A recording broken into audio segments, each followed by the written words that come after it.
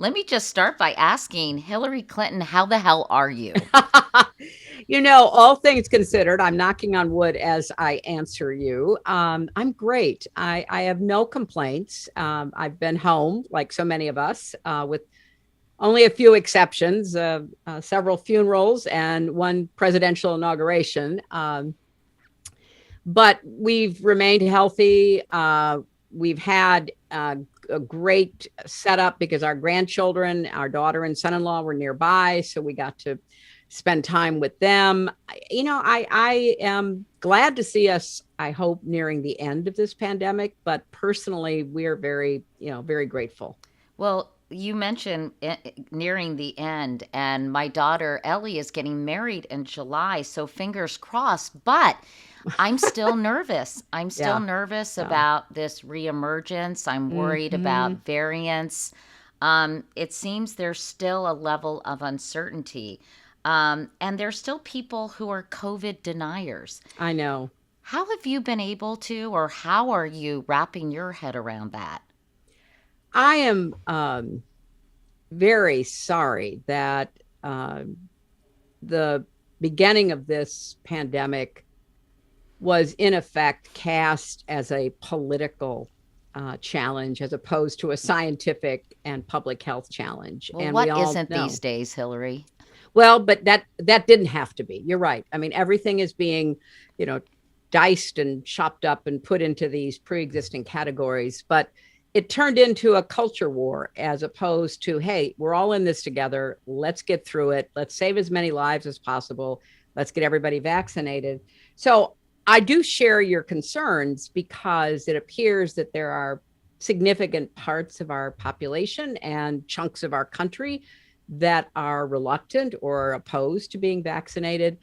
But I am hoping that we will keep moving forward so that we get, the vast majority of adults and then slowly kids by early next year. But once we get the vast majority of adults, I certainly am going to breathe easier. But I'm not, there I'm was a not sure I'm going to poll. do everything, but I am going to, You mean you in terms of like going to your usual yes, rave? yeah, my usual rave, including indoor restaurants. I think I'll take all that a little bit slow, but I'm going to feel better about it. Well, as you say, it has been turned into a culture war, and I was shocked when I read that according to one poll, 49% of Republican men are refusing to get vaccinated. Hmm. Yeah. I mean, go figure, Katie. I mean, that is such a sign of our times, sadly, that so many people, particularly Republicans, are now very serious reality deniers. Obviously, the pandemic is the biggest reality they deny, but they deny a lot of other realities as well. And I don't know what we're going to do other than, keep making the case when it comes to the pandemic and keep winning elections when it comes to politics. I mean, there doesn't seem to be much else that will change their minds. I'm going to talk to you a little bit later, Hillary, about disinformation, misinformation, and Mm-hmm. malinformation. But Mm-hmm. just while we're on the subject of the pandemic, I recently interviewed Sanjay Gupta, who told me a Harvard researcher told him that if for 4 weeks everybody just wore a high filtration mask when they went out in public, if everybody did that, it would have ended a pandemic Right. in just 4 weeks. Right. Watching how this was managed, what were you thinking? I can only imagine. I was shocked and appalled at the way that Trump and his White House and his enablers treated the pandemic. And the secret is that if he had done even a mediocre job on the pandemic, he could have been reelected because of the Electoral College. So he actually hurt his own reelection chances by pandering to the most radical conspiracy theorists, deniers in his political ambit. And it cost a lot of lives. I think there have now already been several studies which showed not only what you said, Katie, that we could have really diminished the loss of life and hospitalization if we had all been serious about masking and social distancing and staying indoors for 4 weeks. But we also could have caught up, even though we might have fumbled the start of it because this was a new phenomenon. A lot of people were uncertain and confused about it. But, Trump just kept doubling down on the falsehoods, calling it a hoax, telling people they could use bleach, coming up with drugs that had no positive effect on the virus, on and on we go. And so it's fair to say that his malfeasance in office and those who enabled him were responsible for us having a higher death toll than I think we should have had. I think it was also difficult for people to witness science unfolding. Science didn't Mm-hmm. immediately have all the answers. It was a work in progress because this was, the key word being novel. Right. And I think that this mistrust in science that already existed was Mm-hmm. exacerbated by the nature of really understanding what was a complicated virus. Yes. Well, I think that's true. I think, though, we would have had a somewhat better response if, when the scientists were basically saying, look, we're learning as we go, we're not sure, we're going to have to try some things, we need more data. If there'd been political leaders who had said, yeah, that's the way science operates. Science is a learning phenomenon. You keep testing things. But instead, it was, oh, okay, well, they don't know anything. They don't know more than, I know. So therefore, listen to me. And that became a dead end, because you're right. There was already a kind of anti-evidence, anti-fact, anti-science feeling among certain people in our country. Anti-expertise that has been Anti, brewing for some absolutely, time. yeah. And so there was a an unfortunate amplifying of that by political leaders who themselves were either deliberately, ignorant and indifferent, or malicious in the way that they treated science. So, would you call it a massive failure of leadership? Of course, of course. I think that the pandemic showed how important deliberative, fact-based leadership is. And we can see that when we compare with the Biden administration, how they're handling matters. And look, everybody's tired of being told to mask up and stay socially distanced. People are sick of it. They want to get on with their lives, especially people who have been vaccinated. But, President Biden and his team keep modeling good behavior and keep talking about the importance of getting vaccinated. And they hit some huge numbers in their first 100 days, 200 million shots. So the difference, I think, illustrates even more dramatically how inept and cruel and ineffective and deadly the leadership of the Trump team was. Let's talk about kind of the long view of what's happening in this country, polarization, and some other things that are really coming to a head, I think, or Mm-hmm. have been, I think, in the last 3 or 4 years. And Mm-hmm. and I covered you when you first entered the national scene. I remember I did your very first interview as First Lady in 1993. And you've been challenging the expectations of women in politics, and I think women in general, ever since.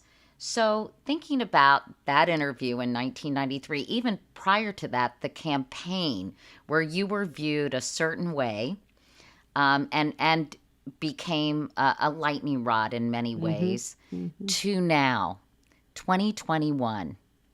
And I mean, it's just sort of unbelievable. It's almost 30 years. Right. Do you think things have changed for women? And I wonder if you're going to tell me yes and no. Well, I think that's the right answer. I think that yes, absolutely. And for the better, a lot more barriers have been broken, opportunities have been opened. Uh, so many women have pursued their dreams against odds, but demonstrated they could be overcome. On the global scale, we can look at the increase in girls going to school and women's health care improving, and there's a lot of positive indicators that progress has been made. At the same time, we know there still is a double standard. We know that women are still judged almost in uh, a primeval way, based on expectations and stereotypes as to what is expected or should be expected of women. We know that there has been a backlash that has been complicated, but nevertheless real in terms of kind of undermining women's confidence and women's sense of autonomy and agency. And we know that the pandemic has disproportionately impacted women, both in the United States. 2.5 million women have Lost left their the jobs. workforce. Yeah. And people say this is setting us back decades. Well, I think if it continues, that's exactly the case, because why did they leave? Well, some lost their jobs, but some couldn't keep their jobs because they had no childcare. The schools were not open. There was a crisis that women faced in our country and around the world between their work lives and their family lives and personal responsibilities. And it was a huge disruption to the involvement of women in the paid workforce. We've seen a lot of evidence of increased intimate domestic violence within families. In other parts of the world, we've seen an increase in child marriage because, the economy shut down. Families didn't have money. They were back to, offering their daughters into marriage as child brides. So we know that there's going to be a steep curve coming out of this pandemic. And a lot of people talk about how, oh my gosh, the economy is going to take off like it did after the last huge influenza in 1918. outbreak in 1918. So we had the Roaring 20s coming out of what was a 2-year struggle at that time. And I think there will be a burst of economic activity, but I think we have to watch carefully as to whether that includes women being able to get back on their feet economically, get back into the workforce and be supported. And I'm thrilled that finally people are talking about caregiving as a part of the economy, not as a family related service, but as deeply interconnected with our economic prosperity. And I'm hoping that whatever comes of the infrastructure debate in Washington, that it includes a recognition that childcare and the kind of supporting through paid family leave that we don't have in our country on a broad scale. The only industrialized nation that doesn't have it, that doesn't Absolutely. mandate it. Yep. And I think, it's going to be interesting, Katie, to see whether the shock of the pandemic wears off quickly without much learning from it. So we go back to our old ways. We don't invest in public health. We don't invest in science and research. We don't invest in the caring economy. Or whether people will finally say, you know what, we can't let this happen again, because sure enough, every scientist says, there's all kinds of crazy, viruses out there in the animal population, and most likely another will jump to us. So let's get ready.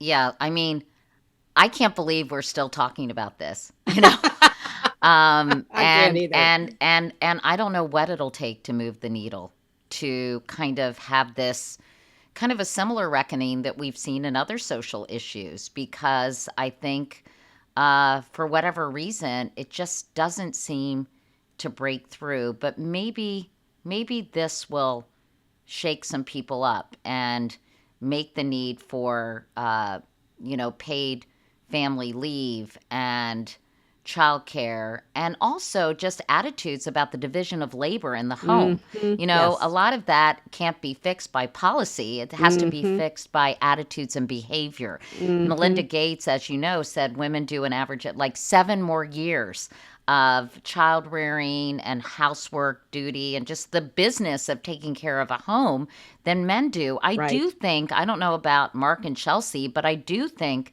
that this generation of parents, now these are obviously in a certain subset of privileged people, but they're starting to understand that if it doesn't take a village to raise a child, it definitely takes a mother and a father. Well, we don't want to necessarily get into a traditional nuclear family, but it can't all fall on the working woman to do the additional amount of work that it takes raising a child.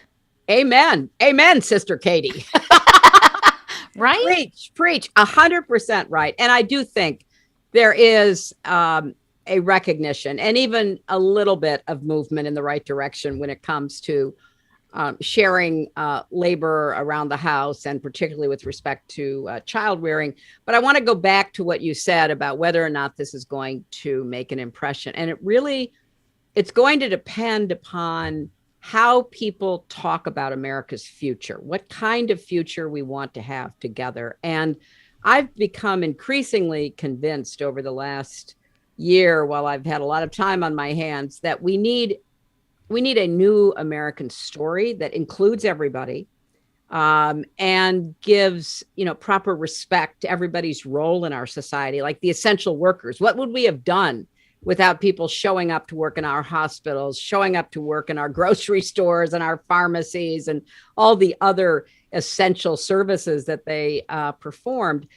And so it's incumbent upon all of us, but particularly people not only with a voice, but people who are in the public arena, to be talking about that new future we want. So if you take paid family leave, I mean, the opposition to it has always been, that will undermine the family. Hurt business, right? Yes, Hurt business. And why should people without children be taxed to help people with children? I mean, all of these kinds of arguments. Well, I think if you've got smart political leadership and public voices out there saying, I think we just now learned how interconnected we really are. And it is about helping everybody because it's in everybody's interest that we do so. We're just going to have to tell a different story, because the old story is being just so distorted and undermined, and for good reason in some areas, but also for nefarious reasons, by people who, want to turn the clock back, or people who want to ignore everything that happened in the past. I mean, there's a middle ground here about, yes, are we a perfect nation? Absolutely not. Have we accomplished a lot that we should be proud of and build on? Absolutely, yes. So how are we going to do that together and go forward from there? I always tell people when they ask me, and this is sort of unabashed fangirling, of all the people I've interviewed, who have I enjoyed the most?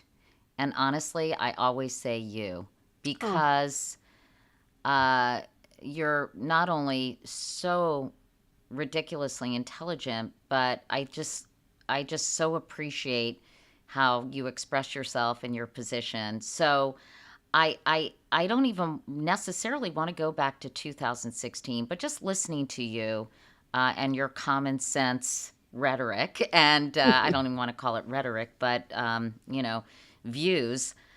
I, I think I would be so bitter about 2016, Hillary, and so angry. And look what we got. Um, have you been able to kind of I know you wrote a book, and but still, do you still kind of wake up and think, what the hell happened? How could this happen? I am still so pissed. Because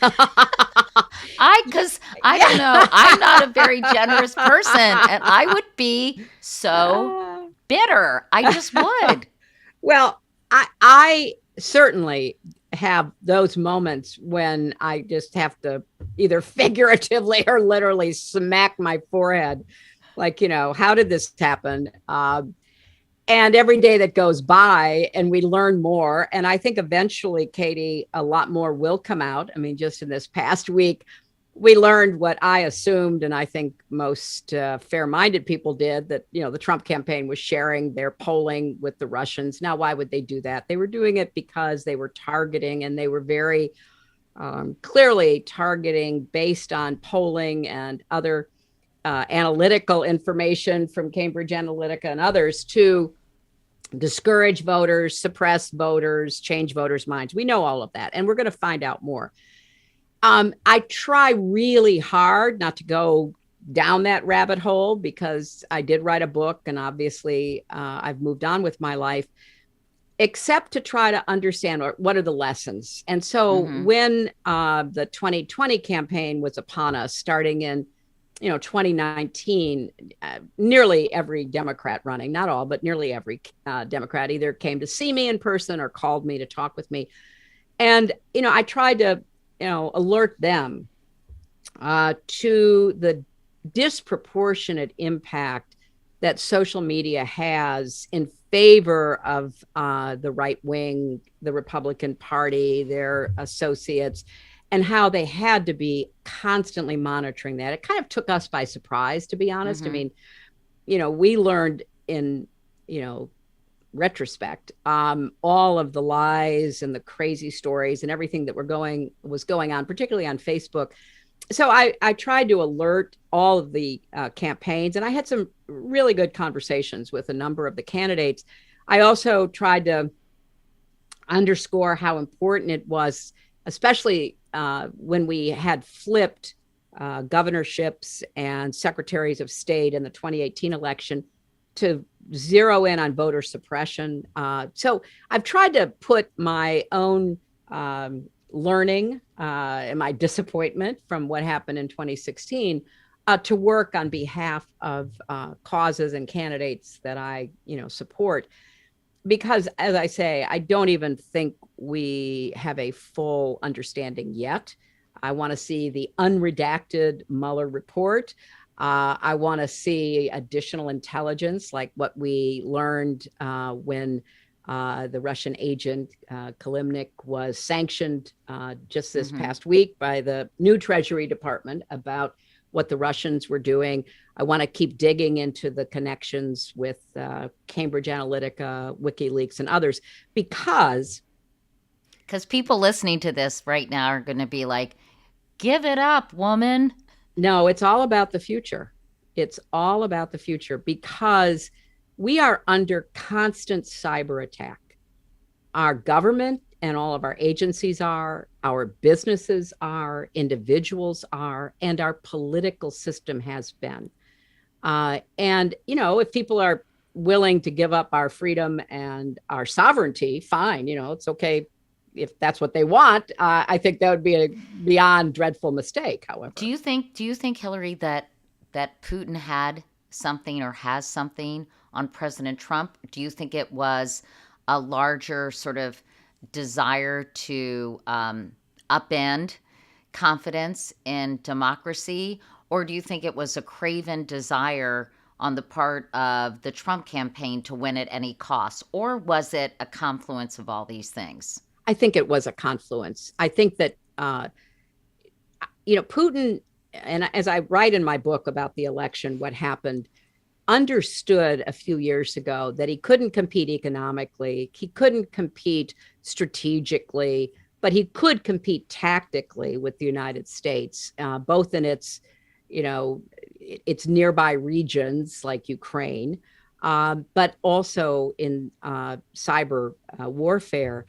And there were documents written by Russian military planners basically laying this out.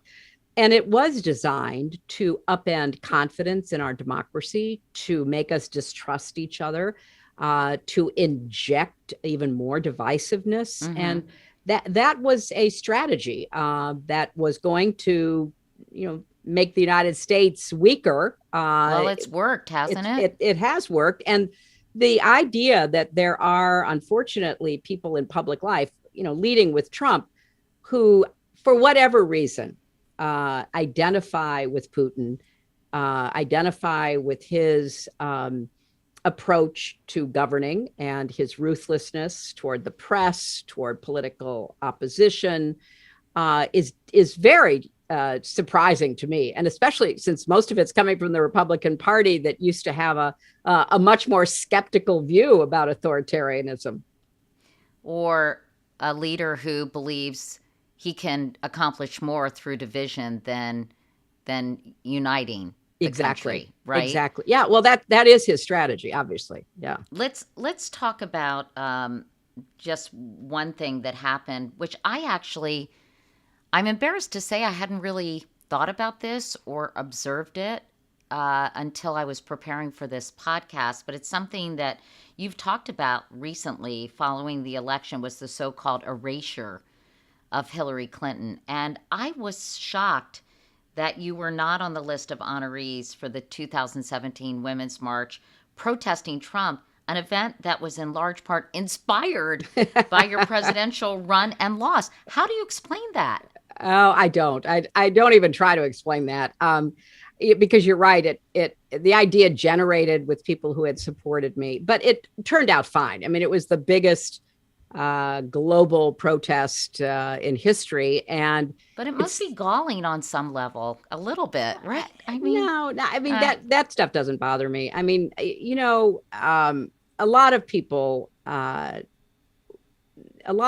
were really upset by the 2016 election. They still are. I mean, I'm constantly reading how people are still unresolved and mournful about it. And I think that there is in human nature as well as body politic. I mean, we don't want to look back. We want to move forward. And so, how do we best move forward? My only caveat to that is move forward learning the lessons of the past, or we are doomed to repeat them. And that's what I've tried to stay focused on. you have been watching very carefully how Kamala Harris, Vice President Harris, is being covered. And you're seeing some of the same sexist tropes that uh, many people talked about in um, 2008 and 2016. And I'm curious, how does the repetition of all these tropes ultimately frame women as the other? And how can we make people more aware of the impact of really years of cultural conditioning? I've studied this a lot, implicit Mm-hmm. bias, how our brains are wired to make connections, and how it's very hard to shake these perceptions with all the incoming images and messages we receive from the time we're infants. Mm-hmm. Mm-hmm. And do you still feel that coverage of at this point our first female vice president is being affected by all of this still in 2021? I think it is, but again, I really believe that the election of Vice President Harris was such a turning point in our history. Um, there are those who are still living in the past, who use stereotypical typecasting, who are unable to really embrace this enormous political historic event. But I think a lot of the negative coverage now is more focused from the political partisan opposition. I do think that the so-called mainstream press and others have learned some lessons from what I went through I in do '08 too. and 2016.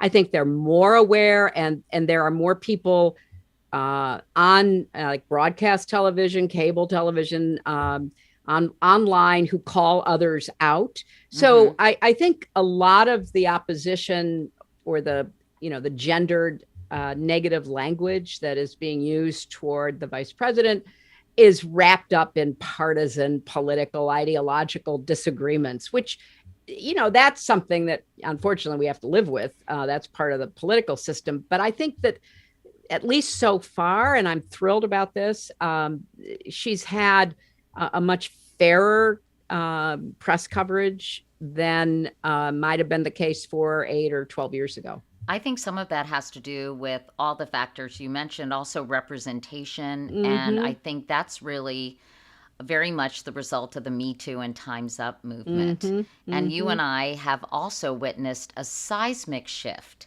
in how sexual harassment, sexism writ large, I think all those things have been viewed thanks to those hashtags. And Mm-hmm. What have you taken away from these movements? And looking back, would you have done anything differently? I think an incredibly significant evolution, and it's always difficult to look back because I think you and I entered the workforce at such a different time, and the idea that we're going to be able to dismiss or object to every sexist, misogynistic comment that was made to us, and for me in a courtroom or a lawyer setting, for you in a TV studio or broadcast booth, whatever. It just was not on the radar. I mean, it just, you sucked it up and you kept going. You just had a view that you were lucky to be in the position you were in and you were going to make the most of it. And yeah, these guys were idiots but you were not going to let it, knock you off course. And I think what's been really a huge change, and all to the good, is that younger women, said to themselves after watching the struggles of their mothers or their grandmothers or their aunts or their big sisters, no, if more of us speak out, if we have a hashtag, if we call it for what it is, there is strength in numbers. You don't have to deal with this on your own. So I think that it was a sea change in part because social media enabled it. You couldn't get on TV and say, Joe Smith is a total sexist pig, but you could get on social media and you were free to say that and other people could chime in.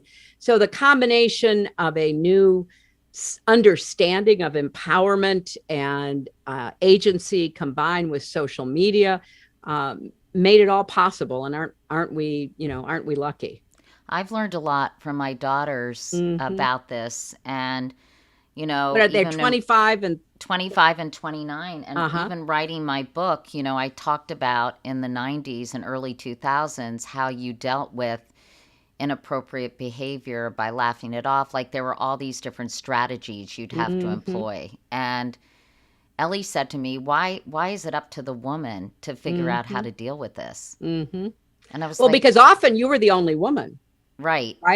I mean, yeah. I remember when I was working 100 years ago for Jimmy Carter in his presidential campaign. I was in Indiana working on Get Out the Vote, and the groups that were going to help with Get Out the Vote were not, doing what we wanted them to do. So we said we were going to have a meeting, and I was the only woman at the table. There were probably, if I remember correctly, like 9 men. And, I was with my talking points. And I said, look, we need measurements. We need to know what you're doing. We need to, have reporting and accountability. And literally a man reached across the table, grabbed me by my turtleneck and just twisted it around and said, you don't tell us what to do, and then let it go. Now, what was I had a job to do, try to get Jimmy Carter elected. Those were in the days when he thought he could carry Indiana. And, none of these other men thought there was anything wrong with this guy threatening me and telling me that, I had no business telling them as a representative of the Carter Mondale campaign what they were expected to do. What was my remedy? So I understand, your daughters, my daughter, young women who are, now we had no outlet.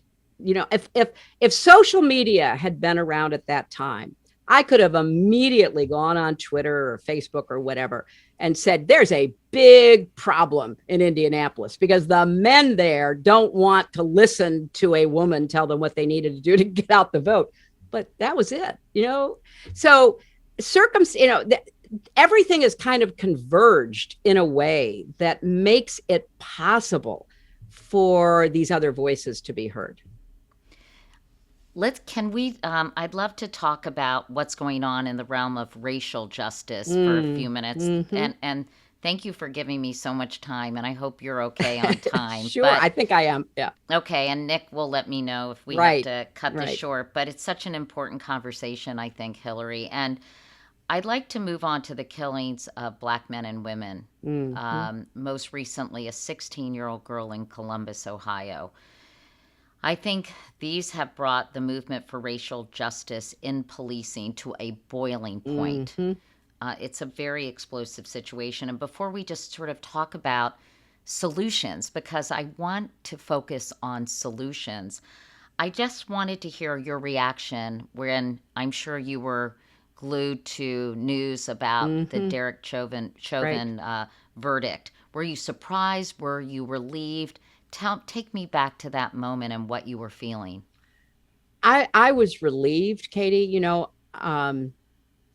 Right before the verdict, I was actually doing a Zoom seminar with students at Georgetown University, and we were talking about all sorts of issues. And I said, within the hour, we're going to get the verdict in the Derek Chauvin murder trial. And I said, I haven't practiced law in a long time, but I watched, practically all of the trial, and the evidence is overwhelming.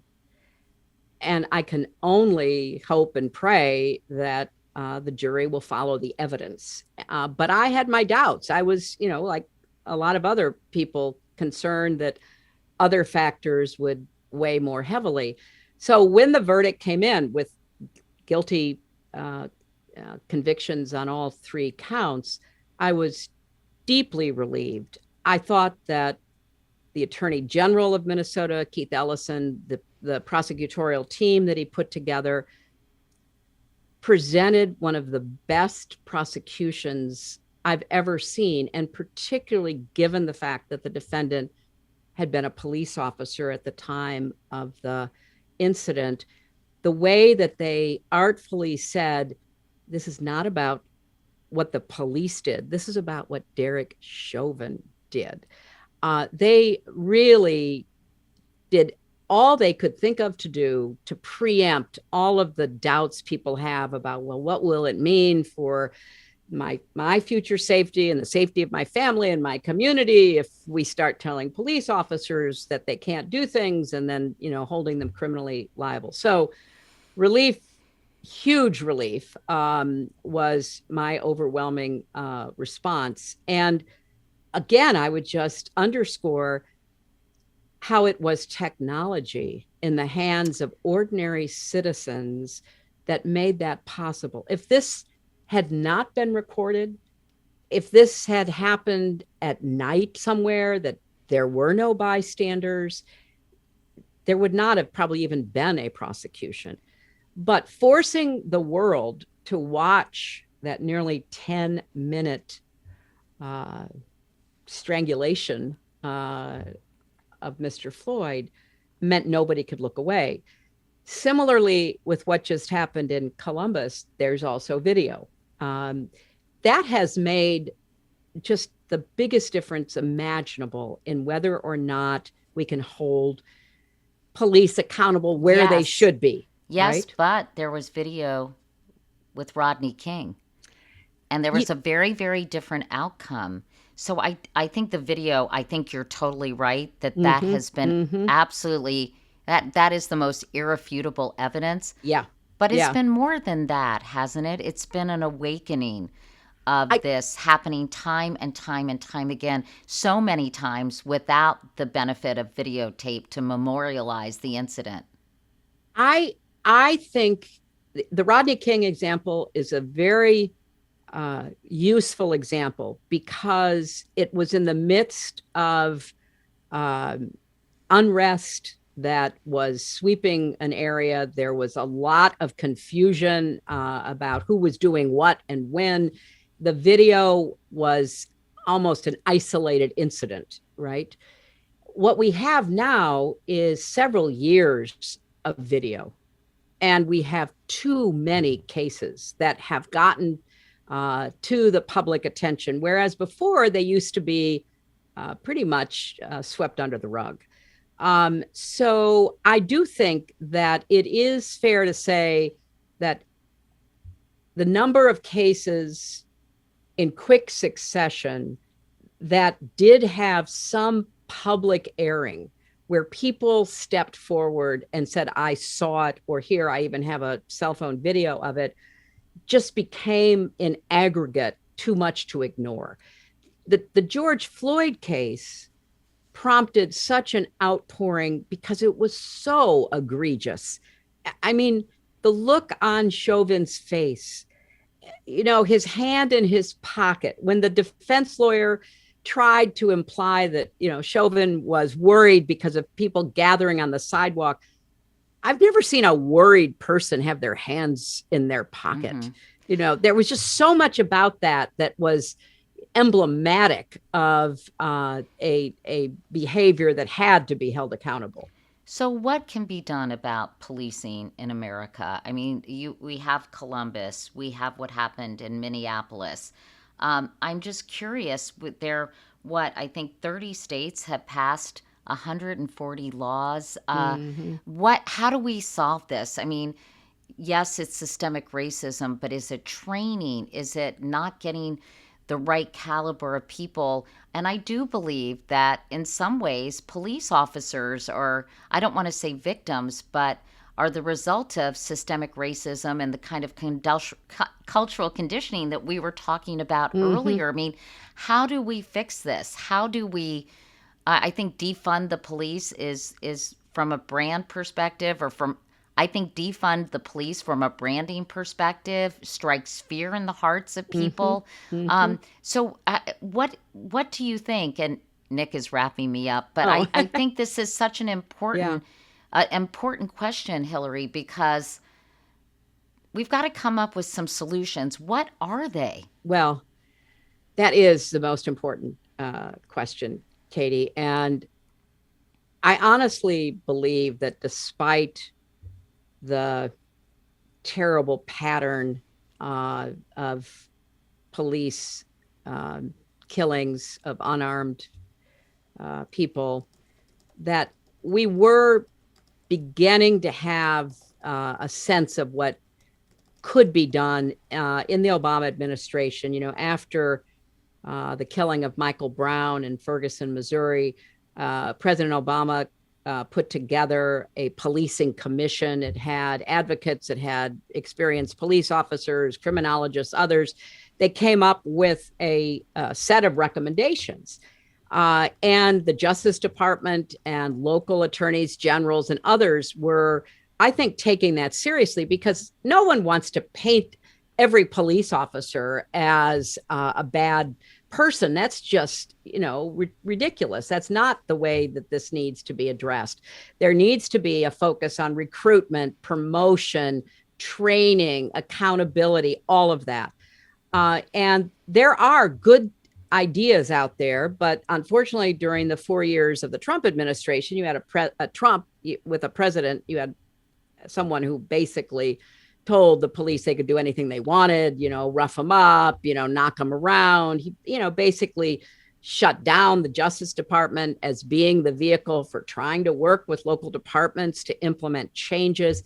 So I saw where the new Attorney General, Merrick Garland, is going to be looking at policing in Minneapolis or in Minnesota, because we had that recent killing when the officer said she reached for her taser, pulled out her gun, shot a guy for another traffic stop, which, is something that we got to take a hard look at. So I am actually hopeful that with a new Attorney General and an administration who wants to work with the police, Joe Biden, who I've worked with for a very long time as First Lady, as a senator, as Secretary of State when he was vice president, he was a huge supporter of police. He used to get all kinds of awards from the Fraternal Order of Police. He used to go to every one of their, banquets and ceremonies. He has a deep understanding of the importance of good policing.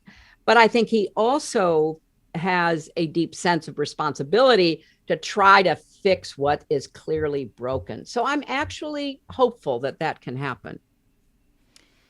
I have so many more questions, but you have a 12:15. Would you ever sit down for another half hour with me if we can schedule it? Because I want to talk about, these are the things I want to ask you about: disinformation, polarization, about the future of the Democratic Party.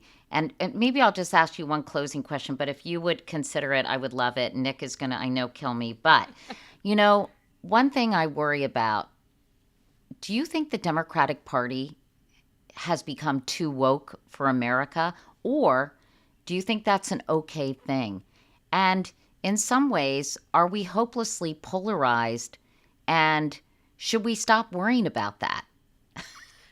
Well, I don't want to stop worrying about polarization, but I want to put the responsibility where it mostly belongs, and that is on the Republican Party, because they have become almost a caricature of a far right, white supremacy driven organization that tries to upend our elections, which pledges fealty to an authoritarian wannabe. So I think that if I'm looking at where we are politically in our country right now, I am deeply worried that we have one political party that has thrown its lot in with the worst conspiracy theorists and the most outlandish lies about not just their opponents politically, but about so much that goes on in our country. In the Democratic Party, it still is a much bigger tent. There are, people from, right to left within the center left of the But has it gotten too Democratic Party. has it gotten too Oh, progressive I to don't. appeal to sort of moderate Democrats who Well, may I. not be ready for defunding the police and Oh, other well, but that's not a measures? policy of the Democratic Party. Let me quickly point that out. Are there people who are either in or associated with the Democratic Party who have touted that? Yeah, but that is a small, absolutely minimalistic But I position. That think the it, party has been kind of tarred by that phrase in some well, ways. I don't think so. I think that people who promote that are such a small part of not just the Democratic Party, but obviously of society. That's not really indicative of where the center of the Democratic Party is. And so I think the Democrats have to be very clear about what the bulk of the party stands for, what individual candidates stand for. But I think the real danger to our country right now is from the Republican Party, which has refused to stand up to the craziness that is promoted by Trump and his allies. And it's only getting worse, and it is aided and abetted by a whole network, Fox Network, and other baby networks that are coming to the forefront. The Democrats have nothing like that. The ecosystem that the Republicans have built and that is self-reinforcing is, I think, a very big danger, and it is the source of so much of the polarization. I mean, if you can't look at the facts about this election and, yes, disagree with the outcome, be sorry that your guy didn't win, but say, yeah, we had all these states and they all did these tests and they had to, certify the election and we had all these lawsuits. No, we still want to overturn the election. I mean, that's tin pot dictatorship stuff. So I'm much more worried about what's happened to the Republican Party right now. Well, you have got to go. I've kept you way too long, and I'm going to be killed by Nick Merrill if I don't say Hillary Clinton. Thanks so much for talking to us about all these issues. No one more fascinating to discuss them with than you, and And I we will. really We'll appreciate continue the it. conversation, Katie. Another Okay. time, Another either time. with or without a mic. Yes, we will. I look forward to that. Thank you. Thanks so much, Hillary. Take care.